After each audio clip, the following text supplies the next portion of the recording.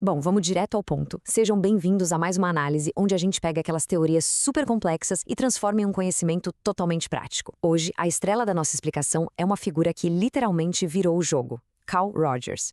Ele não deu só uma ajustadinha nas teorias psicológicas da época, não. Ele puxou uma rebelião radical contra o status quo da psicologia. Sabe, no mundo que era obcecado por patologias e em controlar impulsos, Rogers teve a ousadia de perguntar: e se a gente for fundamentalmente bom e capaz de guiar o nosso próprio crescimento? Loucura para a época, não é mesmo? O nosso roteiro de hoje é o seguinte: 1. A origem de Carl Rogers. 2. Filosofia da natureza humana. 3. Princípios fundamentais da personalidade. 4. Terapia centrada no cliente. 5. O processo de tornar-se pessoa. E, por fim, 6. Uma análise crítica do legado. Seção 1. A origem de Carl Rogers. Imagina o seguinte: quem é que tem a chave da cura? O médico ou o paciente? Lá na década de 1920, a resposta era óbvia, ninguém nem questionava. Rogers cresceu num ambiente religioso super rígido e logo foi trabalhar numa clínica em Rochester, lidando com jovens em situações extremas de vulnerabilidade. Naquela época, o padrãozão era aquele aconselhamento super diretivo, bem na linha da psicanálise. A ideia geral era de que o especialista, o doutor de jaleco, ia analisar tudo de cima para baixo, descobrir onde estava o defeito e consertar o paciente. O paciente era visto só como um receptor passivo da genialidade do médico. E é aqui que acontece a grande virada de chave. É uma história surreal sobre a mãe de um menino considerado delinquente. Aconteceu o seguinte: Rogers aplicou todos aqueles métodos tradicionais de diagnóstico no garoto. Explorou o complexo de Édipo, tentou de tudo que o manual mandava. E nada. Zero resultado. Sentindo-se totalmente derrotado, ele simplesmente encerrou o tratamento.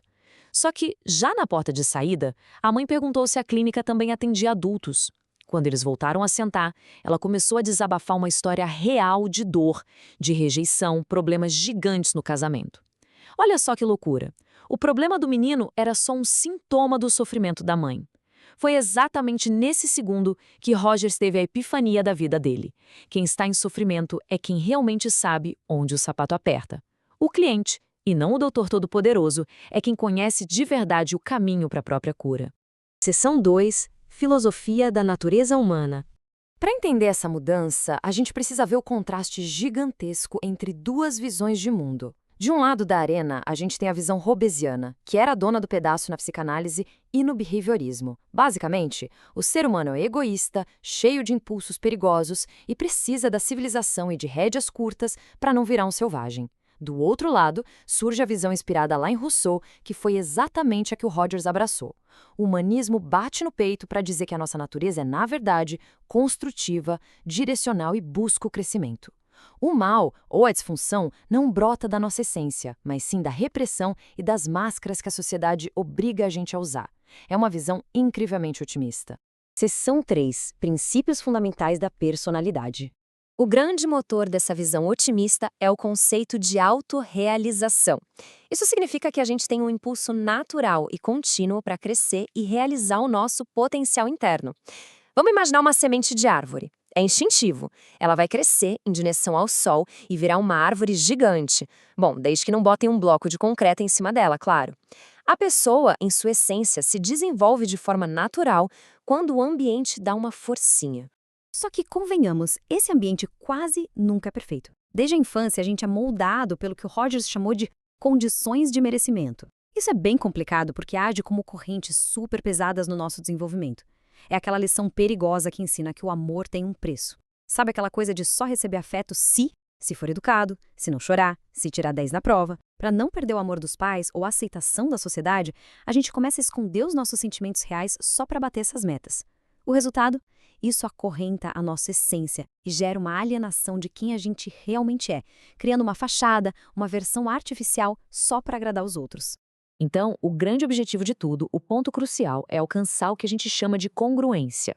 Esse é o prêmio máximo para uma personalidade saudável e para o bem-estar psicológico. A congruência acontece quando o que a gente sente por dentro, as nossas experiências reais e a imagem que temos de nós mesmos estão perfeitamente alinhados. Funciona assim: se existe uma tristeza profunda ali, a pessoa chora, admite a tristeza e pronto. Não tem aquela forçada de barra de colocar um sorriso falso só para não incomodar a roda de amigos, sabe? Num estado de congruência, ninguém precisa usar máscaras ou gastar uma energia absurda sustentando um personagem. Agora, o oposto exato disso é a incongruência. Quando aquelas correntes das condições de merecimento ficam pesadas demais, abre-se um abismo enorme entre o self autêntico, que é a nossa essência pura, e o self idealizado, que é aquele avatar montado para agradar a galera. E olha, isso gera uma tensão, uma ansiedade e uma bagunça psíquica absurda. A gente já nasce com um processo de valorização organísmica, que é tipo um radar interno infalível para dizer o que faz bem para o nosso crescimento. A incongruência acontece justamente quando a gente silencia esse radar e deixa a opinião de fora pilotar. É aí que a neurose ganha espaço. Seção 4. Terapia centrada no cliente. A terapia centrada no cliente é construída em cima de alguns pilares fundamentais. Primeiro, é um ambiente não diretivo. O terapeuta não está ali para dar sermão ou impor interpretações de cima para baixo. Mas, de longe, o conceito mais revolucionário é a tal da aceitação positiva incondicional. É criar um espaço absurdamente seguro, onde quem entra é aceito sem nenhum ser. E tem um detalhe super importante aqui, a separação entre ato e pessoa. O terapeuta abraça a humanidade daquele indivíduo, enxergando valor e dignidade nele, mesmo que não passe a mão na cabeça por causa de um comportamento específico. É mágico, porque sem sentir o peso do julgamento, a pessoa simplesmente para de gastar energia se defendendo e começa a se curar. Só que para essa aceitação funcionar de verdade, é preciso ter empatia genuína. E isso vai muito além daquele eu entendo da boca para fora. Significa mergulhar no mundo do outro sem julgar nadinha. Tem um exemplo clássico da abordagem que é fantástico. Vamos supor que alguém senta na frente do terapeuta e solta um "eu sou um monstro". A resposta empática, genuína, de jeito nenhum, é tentar animar a pessoa dizendo que isso, imagina, que exagero, você é uma pessoa incrível. Não. A empatia real é validar aquela dor na hora e dizer, neste momento, a sensação é verdadeiramente a de ser um monstro. Dá para notar a diferença? É essa validação absoluta da experiência no aqui e agora que desarma tudo e abre as portas para a mudança. E tem um detalhe vital. Esse tipo de terapia não tem como ser fingido.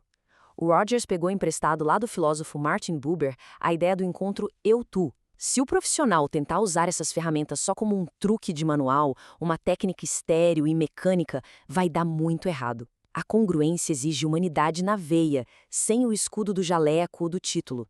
É sobre oferecer uma conexão verdadeira, de alma para alma, entende? Seção 5. O processo de tornar-se pessoa. Para explicar como essa força inata de crescimento é super poderosa, o Rogers adorava usar uma metáfora maravilhosa: as batatas no porão. Ele notou que as batatas guardadas num porão escuro, quase sem luz e sem ar nenhum, inevitavelmente começam a soltar uns brotos pálidos e tortos. E para onde esses brotos vão? Tentando de todo jeito alcançar a frestinha de luz da janela. É uma força biológica que não desiste. Isso é a nossa tendência atualizante. Não importa o quão tóxico ou restrito tenha sido o ambiente, lá no fundo existe um impulso cego e corajoso lutando com unhas de dentes para realizar o nosso potencial, tentando desesperadamente nos tornar aquilo que a gente nasceu para ser. E quando o ambiente finalmente colabora, o indivíduo desabrocha no que o Rogers chamou de pessoa de pleno funcionamento. E, detalhe prático e importantíssimo, não estamos falando de um estado zen, mágico e permanente de alegria e perfeição, tá? É um processo fluido. É sobre ter abertura para viver as coisas, tipo, admitir que está morrendo de medo ou de raiva sem tentar enfeitar a realidade. É ter confiança organísmica, ou seja, tomar decisões bancando o próprio instinto e não só a opinião alheia. É viver o momento presente com intensidade, se dando a liberdade de mudar e se recriar a cada instante. Seção 6. Análise crítica do legado.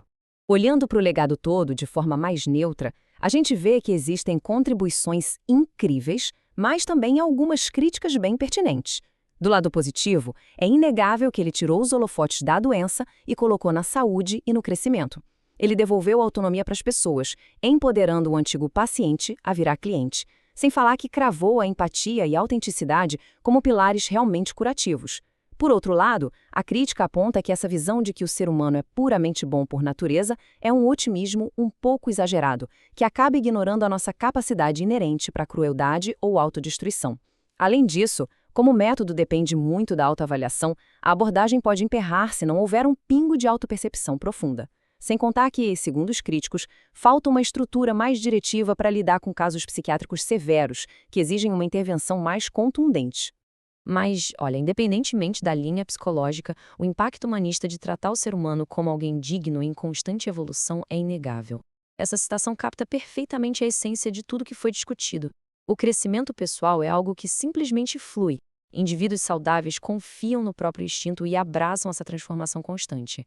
A vida nunca foi uma estátua rígida e fria que a gente precisa lapidar até a perfeição. Ela está muito mais para um rio que não para de correr e de alterar o seu curso. E para fechar nossa explicação de hoje, fica uma pergunta filosófica de explodir a cabeça, tirada direto das discussões sobre o material. Vamos refletir um pouco. Se a gente conseguisse arrancar todas as correntes e pressões da sociedade, o nosso self autêntico seria como um tesouro enterrado que a gente apenas descobre? Ou será que ele é uma obra de arte que a gente vai construindo tijolo por tijolo, todos os dias, com as nossas escolhas e a nossa liberdade? Fica aí o convite para reflexão sobre o nosso próprio desenvolvimento e sobre como a gente vem moldando a nossa existência. É isso, a gente se encontra na próxima análise.